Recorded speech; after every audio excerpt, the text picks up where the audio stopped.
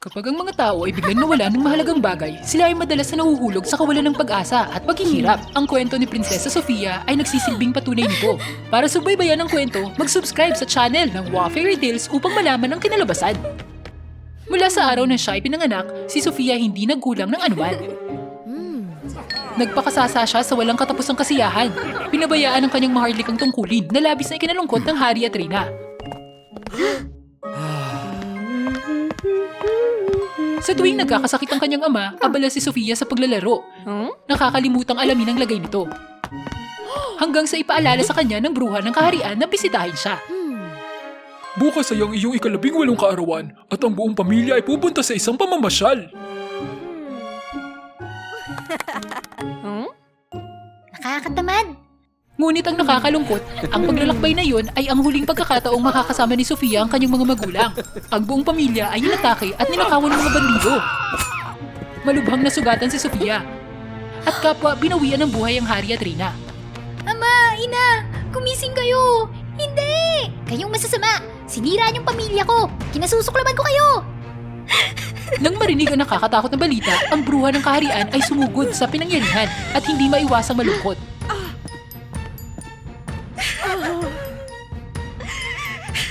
Bilis, at ilayo ang prinsesa dito. Matapos ang biglaang pag-alis ng kanyang magulang, tila naging ibang tao si Sofia. Siya ay naging iritable at pinahirapan ng lahat. Kayong mga maruruming tagalingkod, umalis kayo sa lugar na to. Prinsesa, huminahon ka. Sumama ka sa akin sa labas para pakalmahin ang sarili mo. Habang naglalakad, nakita ni Sofia ang batang babae na kamukhang kamukha niya, na nagngangalang Grace, na nagnanakaw ng piraso ng tinapay. Ikaw! Ang lakas ng loob mo maging kamukha ko. Huliin mo siya sa pagnanakaw. Patawarin mo po ako. Gusto ko lang iligtas ang kapatid kong may sakit sa bahay. Ilang araw na siyang nagugutom. Galit ako sa mga mahihirap at kinainisan ko ang nilalang na tulad mo. Prinsesa, hayaan mo na siya. Biktima din siya ng mga pangyayari. Huwag ka nang magsalita. Dalhin mo siya. Kaya dinala si Grace sa bilangguan. Araw-araw, binibisita ni Sofia ang lugar kung saan nakakulong si Grace. Tinitignan siya at muling nabuhay ang alaala ng mga bandidong sumira sa kanyang pamilya.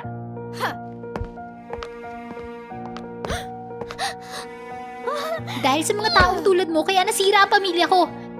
Kasalanan mong lahat. Patawarin mo po ako.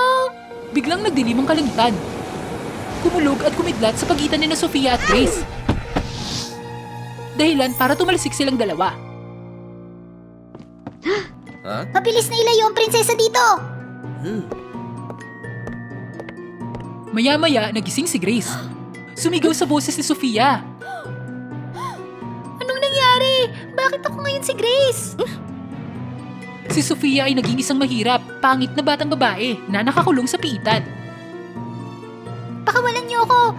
Ako ang tunay na prinsesa. Habang si Grace ay ang naging minamahal na prinsesa na minamahal ng lahat.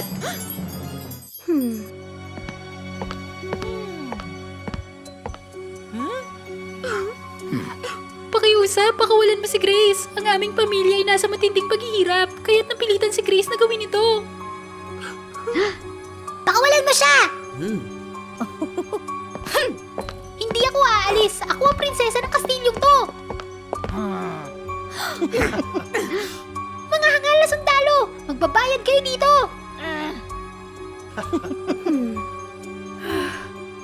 Pagbalik sa bahay, ang mga magulang ni Grace ay nagmamadaling pumunta sa tabi ng batang lalaki at nagsimulang umiyak. Ito pala ang kapatid ni Grace na may malubhang sakit.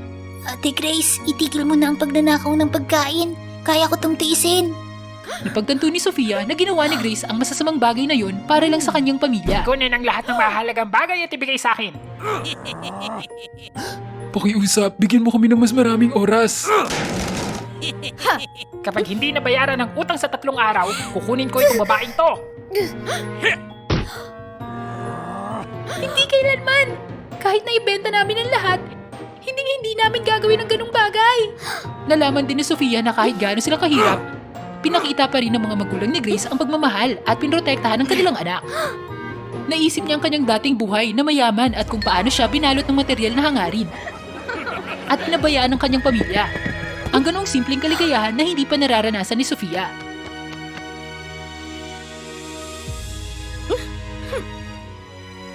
Sa 3 araw, kailangan mong dalhin ang buong halaga para bayaran ang utang. Kundi, kukunin ko siya. Ang mga magulang ni Grace ay labis na nag-aalala. Walang pagod na nagtatrabaho araw at gabi.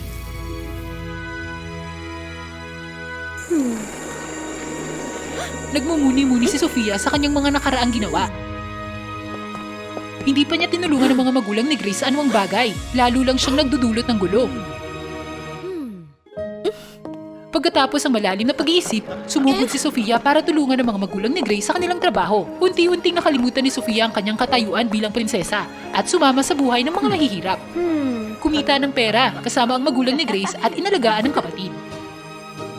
Natapos ang 3 araw at sa wakas ay nakaipon ng pamilya ng pera at dinala sa bahay ni Felix. Pumasok ang magulang ni Grace at si Sofia. Nakita ang maraming taong mahihirap na umiiyak. Maawa po kayo at bawasan ang buwis. Nahihirapan na po kami. Tama sa oras. Nakakatakot. Inabot ni Sofia ang pera kay Felix at napansin niya ang isang gintong suklay at mahalagang batong pang-alahas na madalas dala-dala ng reyna at hari noong nabubuhay sila. Nakalagay ang mga gamit sa istante ni Felix. Binawi ni Sofia ang pera at kinuha ang gintong suklay ng reyna. Bakit meron ka nitong suklay? Pag-aari ito ng reyna. Ang lakas ng loob mo! Siya ang nanakit sa hari at reyna ng kahariang ito. Inabuso ang kanyang kapangyarihan para apihin ang mahihirap. Dapat tayong tumayo laban sa kanya. Tama! Arestuhin siya sa kanyang mga krimen!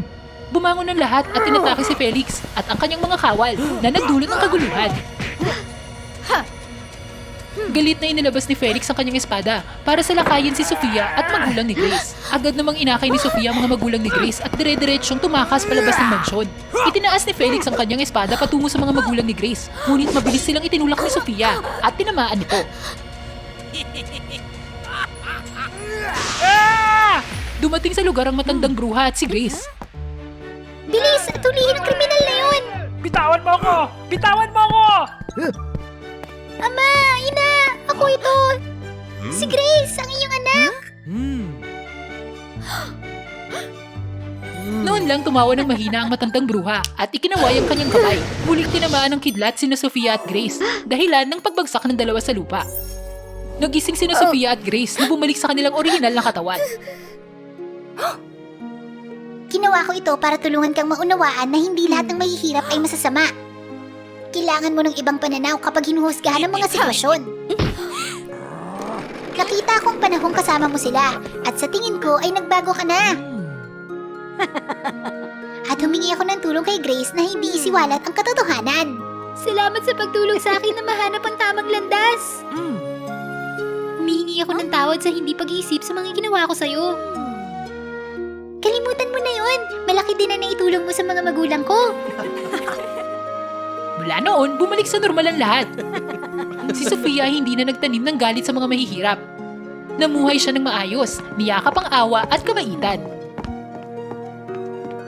At ang buong kaharian ay umapaw sa kasaganahan at kaligayahan.